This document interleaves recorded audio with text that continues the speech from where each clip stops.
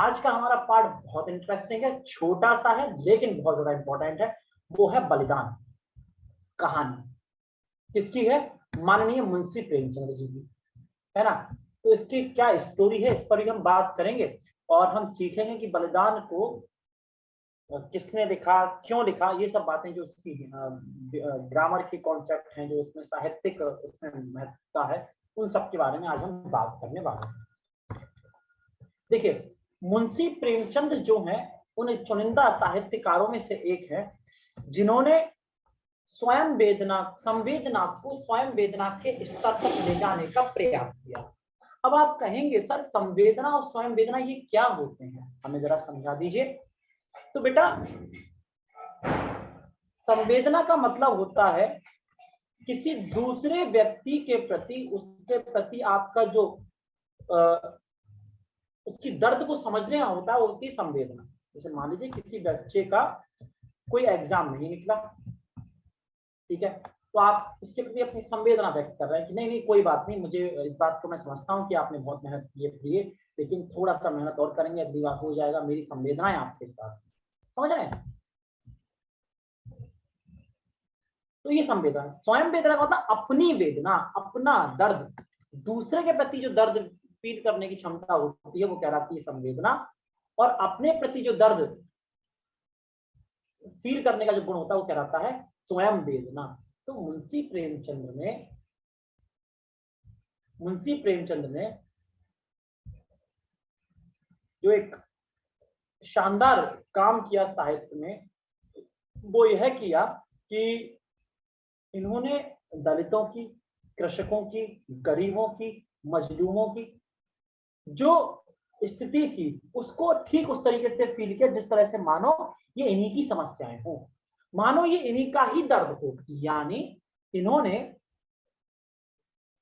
मजदूरों के प्रति जो इनकी संवेदना थी, मजदूरों की जो प्रति इनकी संवेदना थी, वो स्वयं वेदना के स्तर तक, स्वयं वेदना के स्तर तक उसे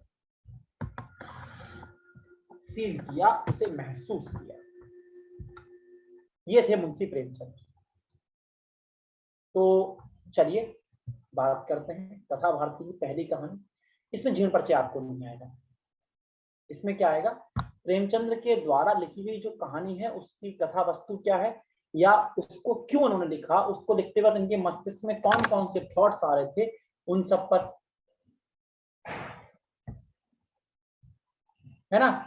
तो आपको वो देखना होगा।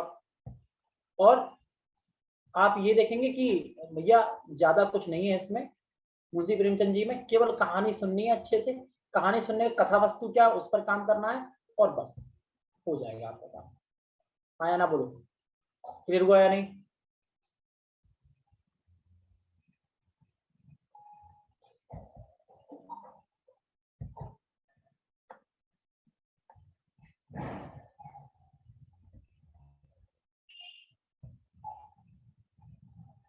चलिए,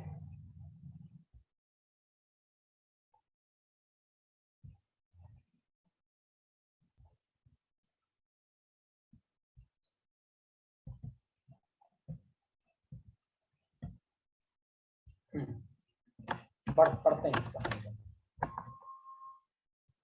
इससे आपको सारांश बहुत आने की प्रबल संभावना है ना। सारांश का मतलब बेटा ये है कि जो बलिदान कहानी है उसका आप सारांश करते हैं। सारांश का मतलब क्या है, पूरी कहानी को आपने नहीं लिखना, है ना। आपको पूरी कहानी नहीं लिखनी, आपको केवल कहानी का सार लिखना है। मतलब पूरी कहानी को, जैसे मान लो 4 पन्नों की कहानी, उसको आप समेट करके 2 पन्नों में ले आए, 3 पन्नों में ले आए, बस इतना, इससे ज्यादा नहीं करना। ठीक है, चलिए देखते हैं।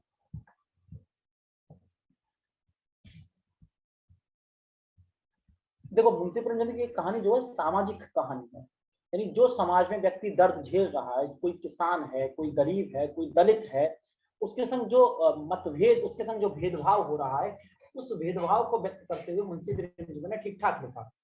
तो उसी आधार पर इस कहानी का भी लिखा गया है। तो क्या कहते हैं भाई, मुंशी प्रेमचंद कह रहे हैं,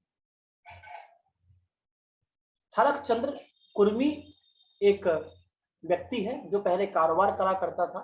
ठीक है, मैं आपको थोड़ा सा इसका एक ओवरव्यू दे देता हूँ इस कहानी का, जिससे आपको थोड़ी सी इच्छा जगेगी। हरकचंद्र कुर्मी एक व्यक्ति है।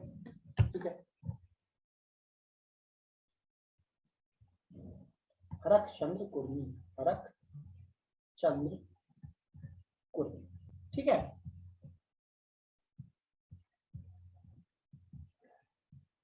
अब देखो, अब ये कुर्मी जो है, इसका नाम, इसका क्या व्यापार था, वो व्यापार गया डूब या टूट गया, व्यापार, कहानी में शब्द है व्यापार टूट गया, तो इसका नाम हो गया हरखू। अब इससे इस बात का क्या मतलब है, अब यथार्थता देखें एकदम मुंशी प्रेमचंद की।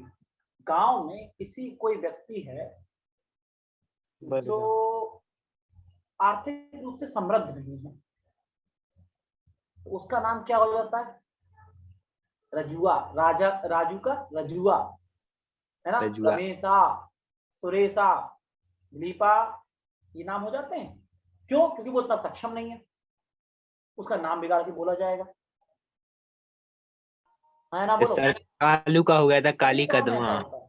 अब जो कोई समृद्ध व्यक्ति हैं, अब इन्हीं नामों को सुरेश जी, साहब, मालिक करते नहीं करते हैं, तो ये जो नाम लेने की प्रक्रिया है वो उसके सम्मान को बताती है कि गांव में उसकी क्या अहमियत है। तो देखिए साहब, तो इसका जो व्यापार था वो टूट गया था, खराब हो गया था, डूब गया था, तो इसका नाम क्या हुआ, हरकू हो गया। अच्छा, जमीन भी इसके पास ठीक ठाक थी, जमीन जो इसके पास ठीक ठाक थी, जब भैया इंसान में पैसा नहीं होता तो जो जमीन है वो डूब जाती है। क्या होती है, वो जमीन भी डूब जाती है।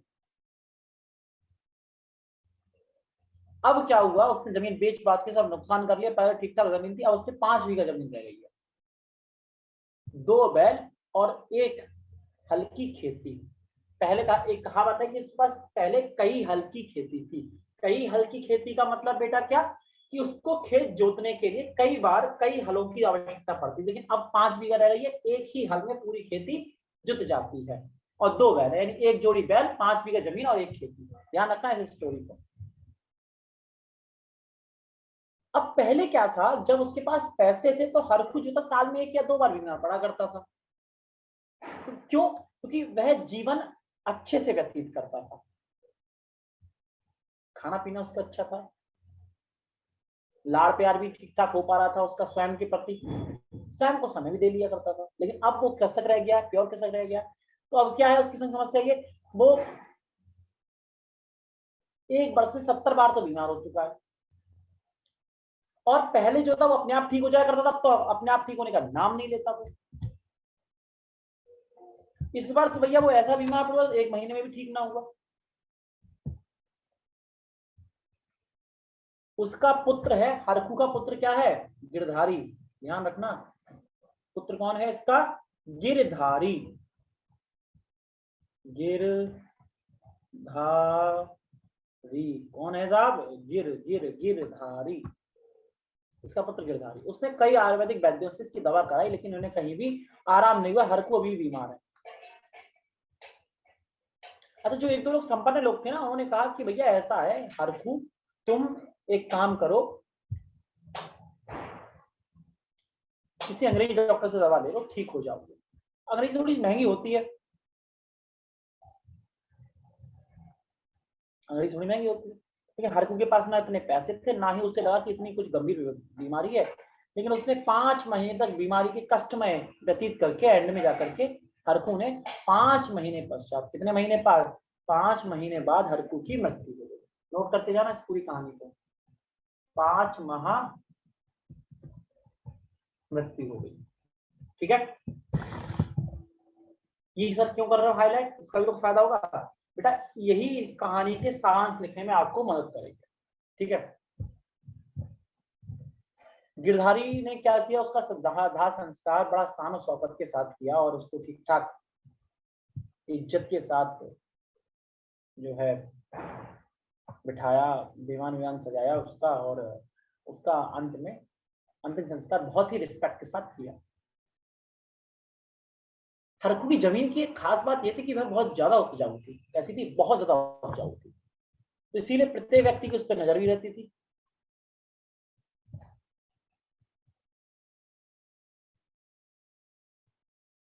जमींदार उससे कहते भैया ऐसा है, हमसे 1000 रुपये नजराना के तौर पे ले ले। नजराना एक प्रकार का होता था कि भैया चल हम तुझे 1000 रुपये दे रहे हैं, ये जमीन हमारे नाम कर दे, ठीक है। मतलब ठीक ठाक उसे पैसे मिल रहे थे।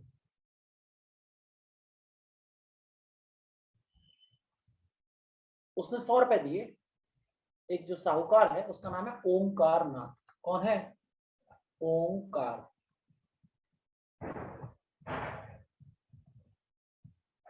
ओंकार नाथ एक साहूकार है। उसने उसके बेटे किसको? गिरधारी को 100 रुपए का नजराना दिया कि लो हम तुम्हें 100 रुपए का नजराना दे रहे हैं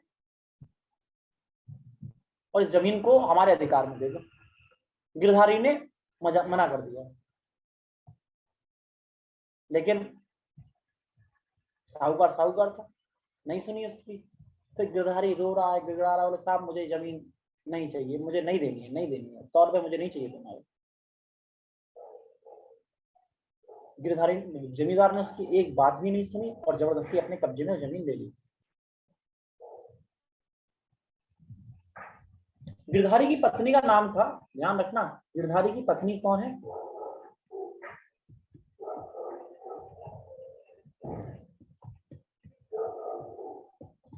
सुभागी।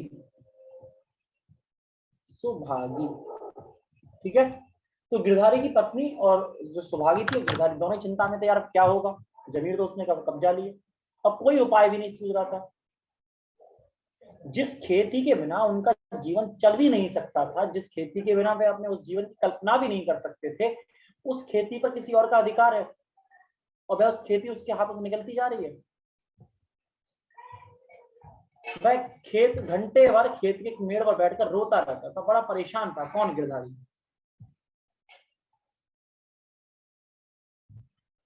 अंततः ओंकार नाथ ने कालीदानी से नजराना लेकर उसको खेत दे दिया। गिरधारी के घर उस दिन चूल्हा नहीं जला।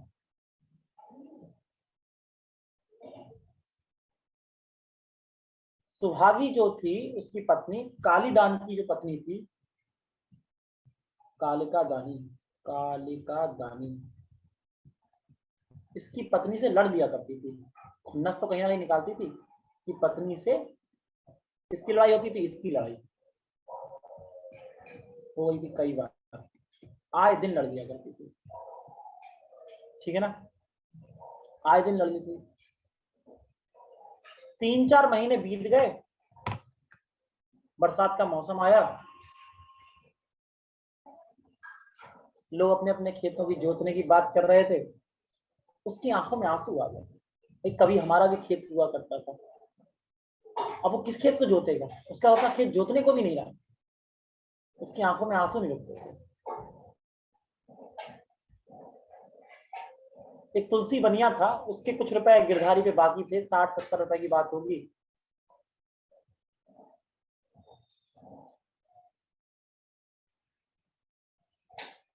जब तुलसी बनिया ने उसे धमकी दी कि भाई मेरा रुपया तो नहीं तो तुम गांव से बाहर निकाल दूंगा, तो कुशल मंगल सिंह ने उसके 2 बैलों की जोड़ी औने पौने दाम लगाकर 60 रुपए में खरीद दी।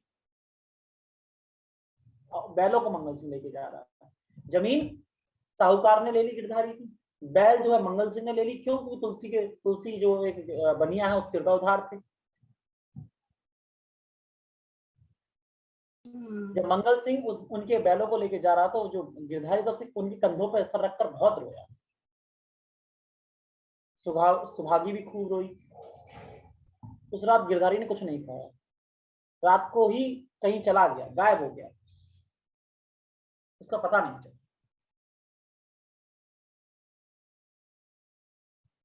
अगले दिन सुभागी को गिरधारी, जो बैलों की नाद थी, जहां बैलों का खाना मिलाया जाता उसे नाद बोलते हैं, उसके पास पड़ा हुआ मिला।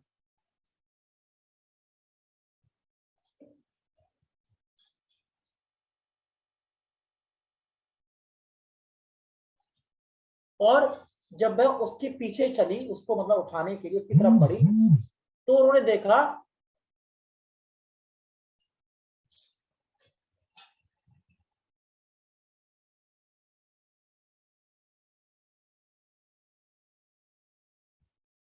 कि जो उसे पकड़ना चाह रही है वो दूर भाग रहा है। Good evening sir. तो दूर भाग रहा है, बड़ी समस्या है उसके साथ।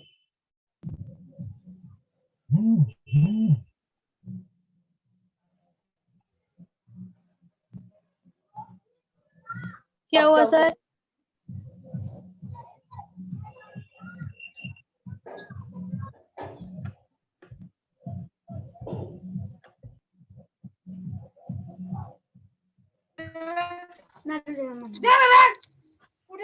Good evening sir. हेलो। खबर दीजिए मुझे।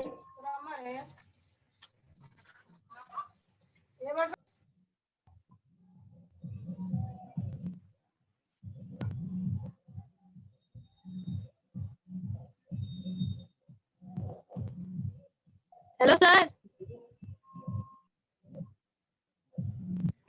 सर बोले टाइम दिए हैं ना अभी।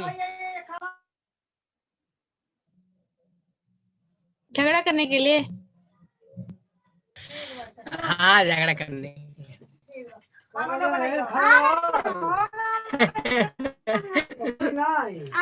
बॉडी कौन सा? पकौड़ी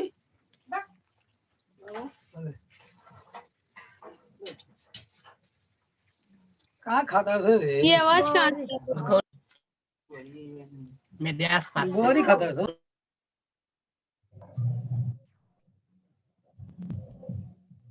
हाँ जी, पकौड़ी खाओ।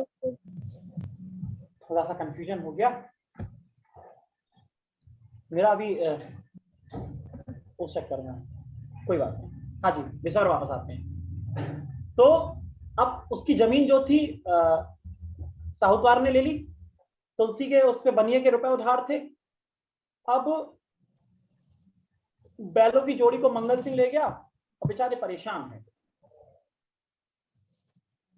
सुभागी जब उसकी तरफ भागी तो सुभागी ने देखा कि उसको जितना वो पकड़ना चाह रही है उतना दूर भाग रहा है।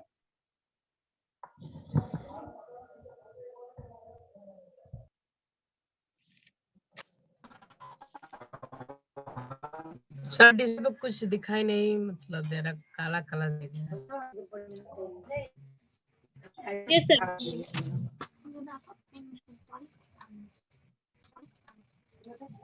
हाँ जी, अब अगले दिन सुभागी को वो खेत की मेड़ पर दिखाई दिया खड़ा। मतलब पहले दिन बैलों की जो नाद थी, जहां सानी होती है, वहां खड़ा हुआ वहां लेटा हुआ दिखाई दे रहा है। अब पकड़ने को भागी, वो उसके पीछे हटता चला गया। अगले दिन वो उसे खेत की मेड़ पर दिखाई दिया और अचानक गायब हो गया। और गिरधारी, जब वह गिरधारी की ओर चली तो गिरधारी जो है दौड़ता हुआ कुएं में गिरता हुआ उसे दिखाई दिया। किसको? सुभागी को। तीनों केसों में गिरधारी जो उसे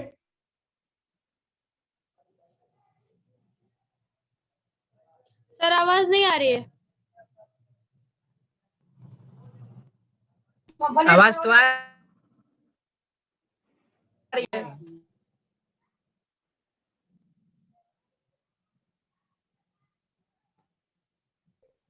हाँ, अब वो कुएं में गिरता हुआ दिखाई दिया। गिरधारी 6 महीने से गायब है। 6 महीना हो गया, गिरधारी के आते पता नहीं है। ये जो मैं कहानी सुना रहा हूं ना, कथा वाचक बन के, और आप लोग हाथ जोड़े बैठे हैं, फिर वो माइंड में बोलेंगे बोल वृंदावन बिहारी लाल की जय। ये पेपर में आएगा, ऐसे ही लिखना है इसको, ठीक है? कथा नहीं चल रही है कि हम भागवत की कथा सुना रहे हैं और आप बस प्रसाद मिलेगा और एंड में बोलेंगे बोल बंसी वाले की जय और निकल लेंगे। ये नहीं होगा, ठीक है? हाँ जी, देखो इस बात पे पटाखे भी चढ़ गए हमारी, इस बात पे इतने खुश हो गए। तो उसमें क्या था, अब गिरधारी को 6 महीने गायब हुए मिल गए और उसकी पत्नी को उसके बारे में कुछ इंफॉर्मेशन नहीं। गिरधारी बेचारा परेशान है, बेचैन है, कोई उसके सबूत नहीं मिल रहे हैं। उसका लड़का ईंट के भट्टे मजदूरी कर रहा है, रोटी पानी खा रहा है और कमा रहा है, बस जैसे तैसे काम चल रहा है और कुछ नहीं। मतलब दोनों ही परिवारों में, उस परिवार की स्थिति में कोई सुधार नहीं है। परिवार के सभी लोग दुखी हैं। लड़का भट्टे पे जा रहा है, काम कर रहा है। गांव में से कोई आदर नहीं करता। कालिका दीन भी अब उस गिरधारी के खेतों में नहीं जाता है, क्योंकि अंधेरा होते ही गिरधारी अपने खेतों में मेड़ पर आकर बैठ जाता है। समझ रहे हो क्या हुआ? गिरधारी की मृत्यु हो चुकी है, उसकी आत्मा भटक रही है। पहले कहीं आप नहीं समझे थे, जो मैं समझा रहा था, मैंने कहा था ध्यान देना कि जैसे ही वो उसकी तरफ बढ़ी, गिरधारी दूर हटता चला गया, पीछे हटता चला गया और एकदम गायब हो गया। फिर उसे कहां दिखाई दिया? खेत की मेड़ पर। वहां उसकी तरफ बढ़ी तो कुएं में कूदता हुआ दिखाई दिया। अरे किसी आदमी के ढंग ही है भाई, भूत बन गया वो। अब वो अपने खेत के चारों ओर रहता है। काल का दिन जब उसके खेतों में जाता वही बैठा हुआ मिलता है कि आ गए मेरी मौत का तमाशा देखने, सब मरोगे। पुरानी फिल्मों में होता था। तो वो डर गया काल का दिन, उसने उसे खेतों में जाना छोड़ दिया। जिसने उसके खेतों को जबरन कब्जा लिया था 100 रुपए देकर के, अब वो व्यक्ति उसके खेत में नहीं जाता। ठीक है, और खेतों में बैठकर रोता है। और गांव वाले भी उस खेत का रास्ता छोड़ चुके हैं, उधर से जाते हैं। भैया उधर मत, गिरधारी बैठा मिलेगा, कौन देगा बैठा मिलेगा गिरधारी। खौफ है उसका, खौफ। ठीक है, तो ये अब उसकी कहानी है। क्या है ये कहानी? यही कहानी है। यहीं पे मुंशी प्रेमचंद जो है वो कहानी को अधूरा छोड़ते हैं। क्यों छोड़ते हैं? कारण क्या है? कारण ये कि जो पाठक है वो बेचैन रहे कि इसके बाद क्या हुआ होगा। अपने हिसाब से सोचते रहो। जागी रही भावना जैसी प्रभु मूर्त देखी तैसी, आप जैसा चाहते हैं वैसा ही इसमें आपको एंड देखने को मिलेगा।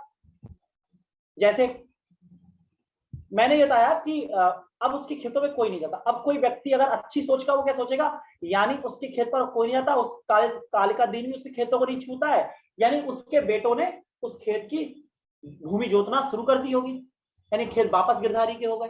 यही सोच सकता है एक बच्चा।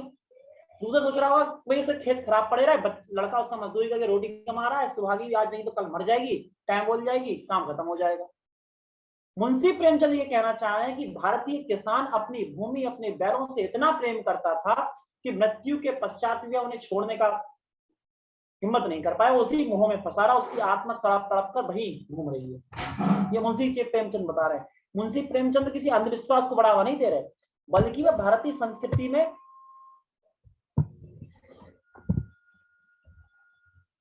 संस्कृति में जो विद्यमान तत्व हैं उनको उजागर करते हुए कृषक यानी किसान का, उसकी मिट्टी, उसके जानवर, उसके खेती के प्रति जो प्रेम है उसको उजागर करने का प्रयास कर रहे हैं। अगर इस कहानी को आप अकेले में बैठकर पढ़ेंगे ना तो आपको लगेगा कि हाँ यार कितना परेशान होगा वो व्यक्ति। बैल उसको कोई लेके जा रहा है, उसके कंधे पर सर रख के वो रो रहा है, उसकी जमीन को किसी ने छीन लिया, उसकी मेड़ पर बैठकर वो रो रहा है।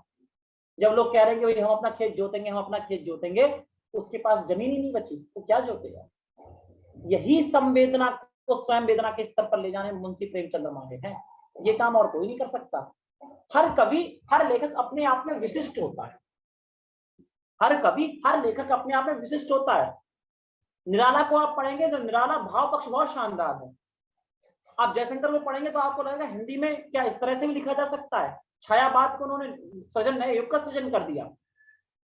लेकिन जब आप मुंशी प्रेमचंद्र को पढ़ेंगे तो आपको लगेगा कि हाँ यार दर्द को ऐसे ही भी लिखा जा सकता है। दलित का दर्द हो, विकलांग का दर्द हो, किसी बालक का दर्द हो। हामिद वाली जो कहानी पढ़ी होगी आपने, ईदगाह, चिमटा लेके आता है बच्चा अपनी दादी के लिए खिलौनों के बदले। उसमें बच्चे के बचपन क्या, जो उसका बचपन है वो रहा ही नहीं। बच्चे को खिलौना प्रायोरिटी नहीं रही। प्रायोरिटी क्या है? चिमटा। प्रायोरिटी क्या है? चिमटा। वो बच्चा नहीं रहा, तो उसका दर्द भी इन्होंने लिखा। और जो बच्चा थोड़ा बहुत भी पढ़ेगा उसे कितना महसूस हो कि यार नहीं, अगर मुझसे कोई कहे मुझे खिलौना ना लेकर दादी के लिए चिमटा खरीदना, मुझ पर क्या बीतेगी। ये मुंशी प्रेमचंद है। दलितों के ऊपर लिखा, सदगति उनकी कहानी पढ़िए, गोदान पढ़िए, गबन पढ़िए, बहुत शानदार लिखा। मुंशी प्रेमचंद की तरह लिखने वाले बहुत कम लोग हैं। तो ये कहानी उसी आधार पर। अब पेपर में क्या आएगा? पेपर में आएगा इस कहानी का शीर्षक दे देंगे बलिदान कहानी का आपको सार लिखना है। तो सबसे एक तरीका तो ये जो मैंने कथा सुनाई वृंदावन बिहारी लाल की, उसी तरीके से आप लिखते हुए चले जाए। ठीक है। दूसरा वैज्ञानिक तरीका क्या है वो मैं आपको बता रहा हूँ, जो बहुत कम लोग फॉलो करते हैं। ठीक है, हमें कैसे करना है। एक्स्ट्रा फीस लगती है इस बात की, ये स्पेशल तरीका बताने की। ठीक है, देखें आप एक हेडर डालेंगे सबसे पहले पात्र परिचय, ठीक है, पात्र परिचय। तो सबसे पहले पात्र क्या नाम था भाई इसमें, कौन है इसका सबसे पहले पात्र का नाम? हरखचंद, हरखचंद उर्फ हरखू, उर्फ हरखू, है ना। लिख दो, एक किसान 5 बीघा जमीन का मालिक, यही तो उसका परिचय, कोई और तो नहीं है। वो तो बता देना कि भैया नहीं नहीं सर ये हमारे दूर के चाचा लगते थे हरखचंद, हमने देखा था इनको, बहुत परेशान रहते थे सर, इनका खेत उसने छीन लिया था, तो 3 दिन बात भी नहीं की थी इन्होंने किसी से, सर हम जानते हैं इनको हरखचंद को, तो बता देना भैया किसी की रिश्तेदारी हो तो। दूसरा है गिरधारी, क्या लिखोगे? हरखचंद्र का पुत्र। तीसरा लिखोगे सुभागी, किसकी पत्नी? गिरधारी की पत्नी। नंबर 4 तुलसी बनिया, क्या लिखोगे? बनिया साहूकार। ओंकारनाथ जमींदार। फिर आप लिखोगे इसमें कालादीन, कौन सा लिखोगे? कालादीन।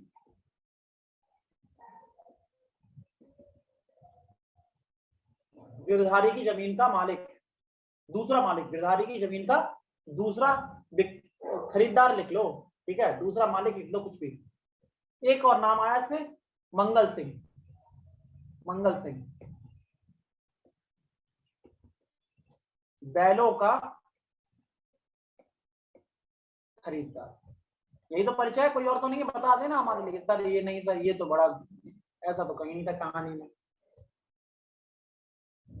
ये नहीं सर ये बैलों का, यही है। हाँ तो ठीक है, फिर हमें पता नहीं था, कहानी वानी हमने पढ़ी नहीं है भैया, ऐसे ही चले आते हैं। अब आपने पात्र परिचय लिख दिया, अब आपको पूरी कहानी लिख देनी है कि किसी गांव का जो नाम दिया, उस गांव में हरखू नामक एक किसान रहता था जिसके पास 5 बीघा जमीन थी। हरखू का वास्तविक नाम हरखचंद था, लेकिन धन के अभाव में उसका व्यापार डूब गया और हरखचंद का नाम जो है वो हरखू हो गया। फिर जो पूरी कहानी सुनाई मैंने, फिर उसका बेटा गिरधारी था, हरखचंद काफी समय से बीमार चल रहा था, उसके बेटे ने उसे कई बार दिखाया लेकिन वह नहीं से ठीक हो रहा था। अब उसके कई लोगों ने जो संपन्न लोग थे उन्होंने कहा कि अंग्रेजी डॉक्टर के पास चले जाओ, लेकिन धन के अभाव में और लोभ में हरखू स्वयं को अंग्रेजी डॉक्टर के पास नहीं ले गया और अंततः 5 महीने के कष्टकर जीवन के पश्चात उसकी मृत्यु हो गई। उसकी मृत्यु के पश्चात उसकी जमीन, उपजाऊ जमीन थी, उस पर सभी की नजर थी और जो गांव का जमींदार था ओंकारनाथ, वह उसे 100 रुपए नजराना देकर गिरधारी से छीनना चाहता था, लेकिन गिरधारी को यह हरगिज मंजूर नहीं था। लेकिन गरीब आदमी की कोई नहीं सुनता, गरीब आदमी की कोई नहीं सुन, ना कोई विषाद होती है, ना गांव में कोई उसकी अहमियत होती है। इसी आधार पर ओंकारनाथ ने 100 रुपए का नजराना देकर गिरधारी से जमीन कालादीन को दे दी। कालादीन के जमीन लेने के कारण जो गिरधारी की पत्नी थी सुभागी, वह उससे चिढ़ती थी और उसकी पत्नी से जब तक महीने में 3-4 बार लड़ लिया करती थी। गिरधारी भी इस बात पर नहीं बोलता था कुछ भी, ठीक है। लगातार दुख और पीड़ा से रहते हुए कई दिन ऐसे गुजरते थे जिस दिन गिरधारी और उसकी पत्नी सुभागी कुछ नहीं खाया करते थे। एक दिन गांव का तुलसी बनिया था, उस तुलसी बनिया के कुछ 60 रुपए पहले के उधार थे, तो गांव में व्यवहार के नाम पर उसको धमकी दी कि तुम्हारा हुक्का पानी हम बंद कर देंगे, तुम्हारा व्यवहार हम उठना बैठना सभी के बीच बंद कर देंगे अगर तुमने हमारे 60 रुपए नहीं दिए। तो गिरधारी उसकी धमकी में आ गया और उसने अपनी बैलों की जोड़ी को बेचने का निर्णय किया। कुमंगल सिंह जो एक बैलों को खरीदने आया था, उसने 60 रुपए के औने पौने दांव देकर उसके सुंदर बैलों की जोड़ी खरीद ली। जब कुमंगल सिंह उसके बैलों की जोड़ी को लेकर जा रहा था तो गिरधारी बहुत देर तक उन बैलों के कंधे पर सर रखकर सोया और उस रात उसने भोजन भी नहीं किया और कहीं अचानक चला गया। पूरे गांव वालों ने उसे ढूंढा लेकिन गिरधारी कहीं नहीं मिला। सुबह गिरधारी उसकी पत्नी को बैलों की नांद के पास लेटा हुआ मिला। लेकिन जैसे ही गिरधारी की पत्नी उसकी तरफ बढ़ी, गिरधारी भाग गया, गिरधारी गायब हो गया, पीछे हटता हुआ गायब हो गया।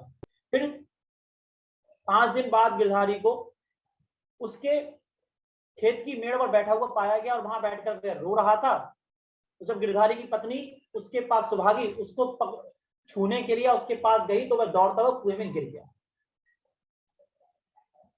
अब उसके खेतों में कालादीन, जिसने उसके खेतों को बाद में जमींदार से लिया था, वह भी उस खेत पे नहीं जाता, क्योंकि खेत की मेड़ पर अक्सर गिरधारी रोता हुआ दिखाई देता है। उसका बेटा भट्टे पर पास के एक भट्टे पर काम कर रहा है और रोजी रोटी को चला रहा है। जीवन उनका ऐसे ही चल रहा है। ये कहानी खत्म। ठीक है ना, ये कहानी थी। क्लियर हो गया नहीं हो गया? अब बताओ। हाँ सर क्लियर हो गया। कोई समस्या हो तो बताओ। हाँ अनम्यूट का ऑप्शन ऑफ कर दिया।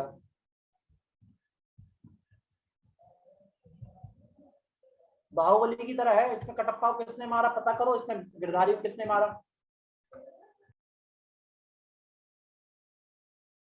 कोई प्रश्न हो जल्दी से पूछो।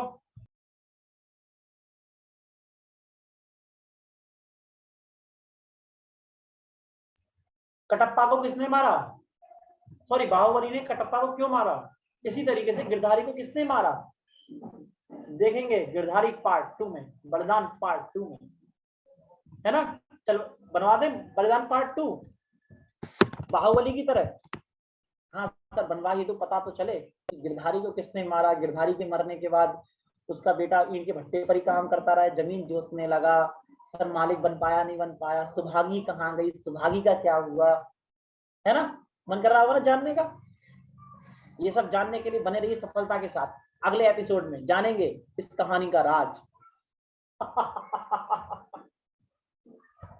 चलो सारांश समझ में आ गया? सारांश लिखने का तरीका समझ में आ गया नहीं आ गया? हाँ या ना बोलो जल्दी से, टाइम में लगाया करो। हाँ अब ठीक है ना, बता दे रहा करो भाई, हर तक हम ही सो रहे हैं।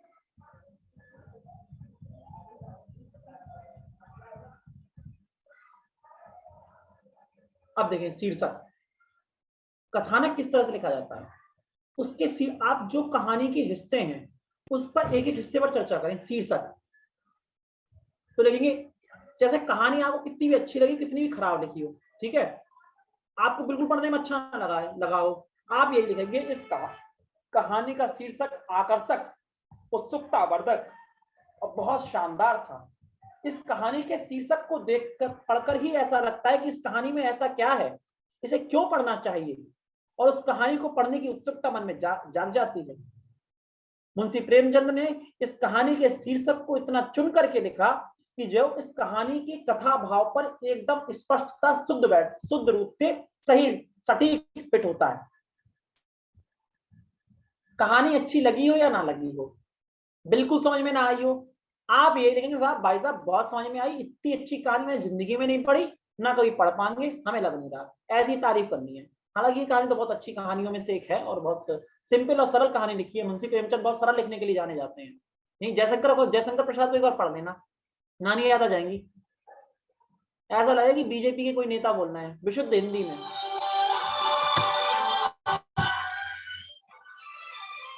विशुद्ध हिंदी में ऐसा लगेगा। जयशंकर प्रसाद अगर जिंदा होते बीजेपी में ही होते, मुझे बता रहा हूँ, और कर रहे थे नमस्ते सदा वत्सरे मातृभूमे त्वया हिंद भूमे सुखम वर्धतो। अरे हंस रहे हो तुम लोग, मानते ही नहीं है। मुंशी प्रेमचंद्र होते तो वे होते समाजवादी पार्टी में या लालू के संग होते। बिल्कुल ठेठ गांव की भाषा में लिखने वाला आदमी, एकदम शुद्ध विशुद्ध। या केजरीवाल की पार्टी में हो सकते थे मुंशी प्रेमचंद। हम तो गरीब हैं जी, हमारा क्या है जी, मोदी जी क्लास उसमें नहीं होते। अनम्यूट करें, लो भैया अनम्यूट कर देते हैं। बताओ सवाल सूझ रही हुई कुछ?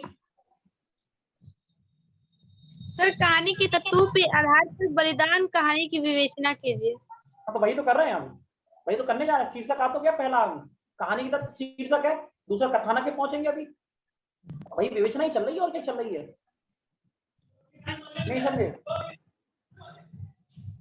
अभी शीर्षक की बात हुई, अब कथानक। कथानक क्या होता है? ममता जयशंकर प्रसाद जी के बिल्कुल, पढ़ी थी आपने, विशुद्ध हिंदी में थी। हाँ लेकिन थी कहानी बढ़िया। मुंशी प्रेमचंद बहुत सीधा सा लिखते हैं, ज्यादा दिमाग में लगाने की जरूरत नहीं होनी, बस पढ़ते चले जाओ, पता चल जाए कि हाँ भैया क्या हुआ इस कहानी में।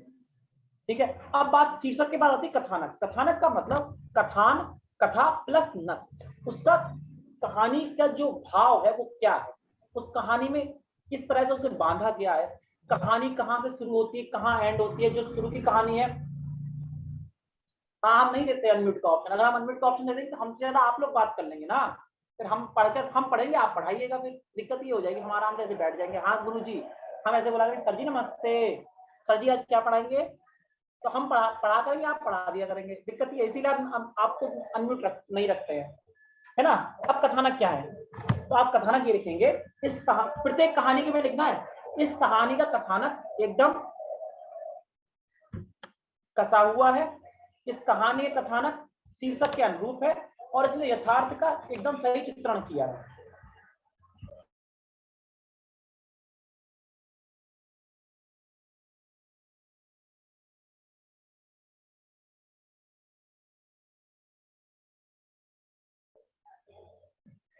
नहीं आप कहां परेशान करते हैं, मैं खुद हो ही जाता हूं परेशान।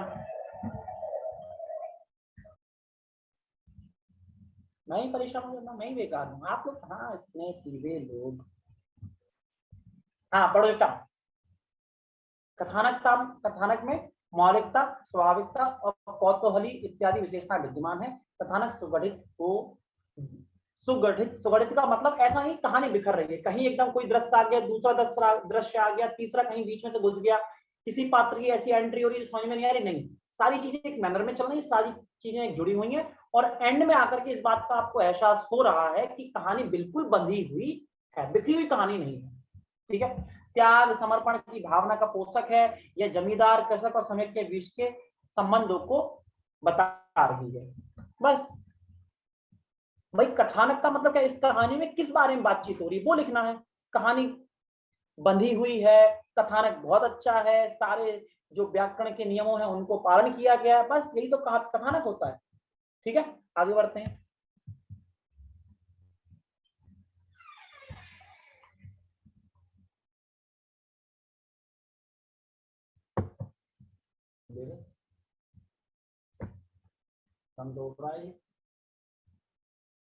अब अगला हेडिंग है इसमें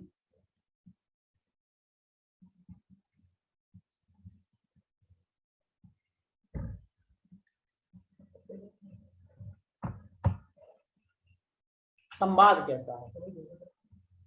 संवाद कैसा है तो आप लिखेंगे कहानी में जो संवाद की भाषा है बहुत सरल है, लगातार जो वार्तालाप हो रहा है इस बात का लग रहा है कि दो प्राणी हमारे सामने बैठकर अपने व्यथा को बता रहे हैं, अपने सुख को बता रहे हैं। मुंशी प्रेमचंद्र अपने इस साहित्य शैली को जाने जाते हैं जिसमें कोई भी व्यक्ति बिना किसी अतिशयोक्ति के अपने भावों को प्रदर्शित करता हुआ इनकी कहानियों में दिखाई देता है। और इनकी कहानियों में हाँ थोड़ा सा हो सकता है समस्या कर रही हो, अभी 2 मिनट रुक जाइए, तो कोई नेटवर्क इश्यू कर देता है।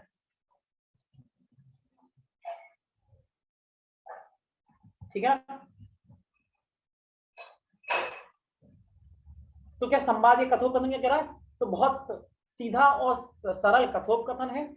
यानी मुंशी प्रेमचंद्र अपने इस कथा के माध्यम से समाज को समझाना चाह रहे हैं कि जमींदार और साहूकार और किसान, कृषक के और श्रमिकों के बीच में जो एक संबंध है वो बहुत ही दारुणता से भरा हुआ संबंध है, जिसमें प्रत्येक व्यक्ति सुख की कल्पना नहीं कर सकता। छोटा किसान का शोषण हो रहा है और उन्होंने समाज को एक आईना दिखाया है कि किसान प्रत्येक युग में सदैव शोषण का शिकार हुआ है। समाज को अगर अग्रणी बनाना है तो इस देश को कृषकों को अग्रणी बनाना होगा। इस कृषकों के बारे में चिंता करनी होगी। ठीक है, फिर भाषा शैली। भाषा शैली क्या है, मुंशी प्रेमचंद्र अपनी सरल भाषा के लिए जाने जाते हैं, अपनी उस भाषा के लिए जाने जाते हैं जिसमें उर्दू और फारसी के शब्दों का ठीक ठाक प्रयोग हुआ हो। और मुंशी प्रेमचंद्र ने जो लेखन किया है वो प्रत्येक व्यक्ति समाज के किसी वर्ग से भी आता हो, चाहे वो एक अभिजात वर्गीय अंग्रेजी भाषक ही क्यों ना हो, लेकिन जिसे थोड़ी बहुत भी हिंदी आती है, मुंशी प्रेमचंद की कहानियों को बहुत सहजता के साथ, सरलता के साथ पढ़ सकता है।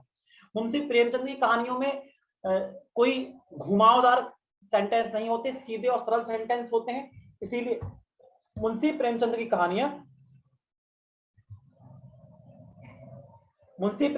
कहानियां जनता के बीच की कहानियां बनती हैं।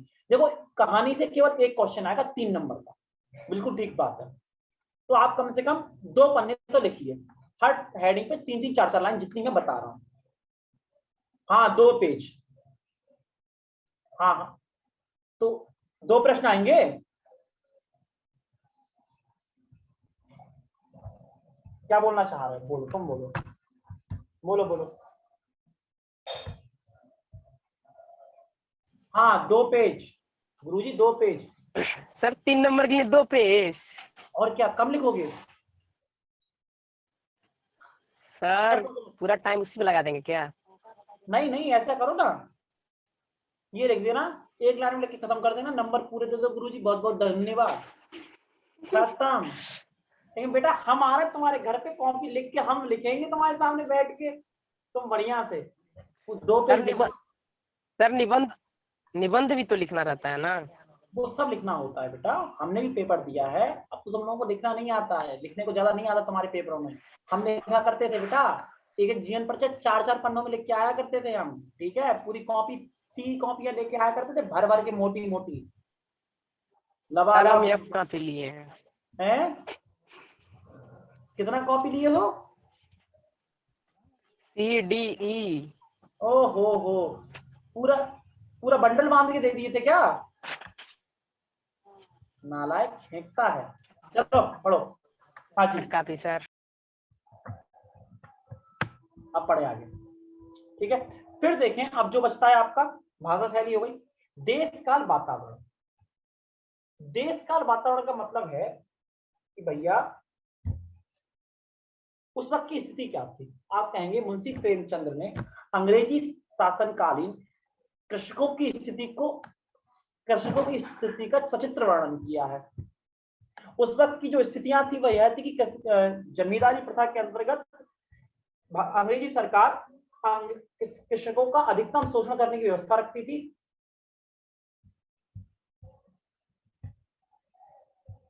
कुछ बेटा ऐसा है नहीं, है ना, अभी ठीक कर देते हैं। अंग्रेजी सरकार लगातार किसानों का शोषण कर रही थी, और जो किसान समय से लगान या शुल्क नहीं दे पाता था, उसका वो जमीन को छीन करके किसी और को दे दिया करती थी, ठीक है। तो देश का वातावरण उस वक्त की जो स्थितियां थी उसको बताता है। ये तो आपको वह कथन है। उसके बाद चरित्रण में मान लो गिरधारी चरित्रण आ गया, तो गिरधारी चरित्रण क्या आएगा? ईमानदार व्यक्ति, भैया अपनी जमीन पे तो जोत रहा है, किसी और जमीन तो जोत नहीं रहा है, ठीक है। थोड़ा सा समाज के नियमों की चिंता करने वाला। समाज के नियमों की चिंता क्यों नहीं करेगा? कि जब उसे मंगल सिंह ने, कैसे लिखोगे, जब तुलसी नामक बनिया ने उसे उधार भी ना चुकाने के चक्कर में समाज से बहिष्कार करने का की धमकी दी, तो इस भय से भयभीत होकर गिरधारी ने क्या किया? गिरधारी ने अपनी 2 बैलों की जोड़ी बेच दी, लेकिन उसका जो कर्जा था वो चुका दिया। चुकाया नहीं चुकाया? फिर लिख देंगे अपनी खेती से प्रेम करने वाला। भाई खेती से प्रेम करने वाला था ही, अगर खेती से प्रेम ना करता तो भैया काहे मर जाता, ठीक है।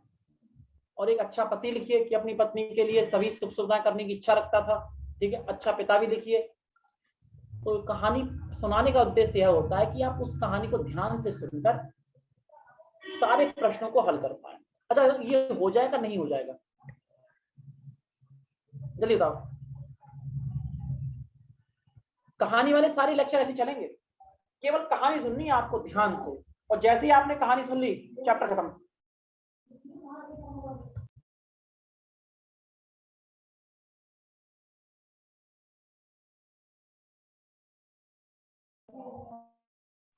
हाँ भाई बताओ। अभिनव सनौली कह रहे हैं हम, बताओ। हम सलोनी को सनौली कह रहे हैं। सुनील बताओ भाई।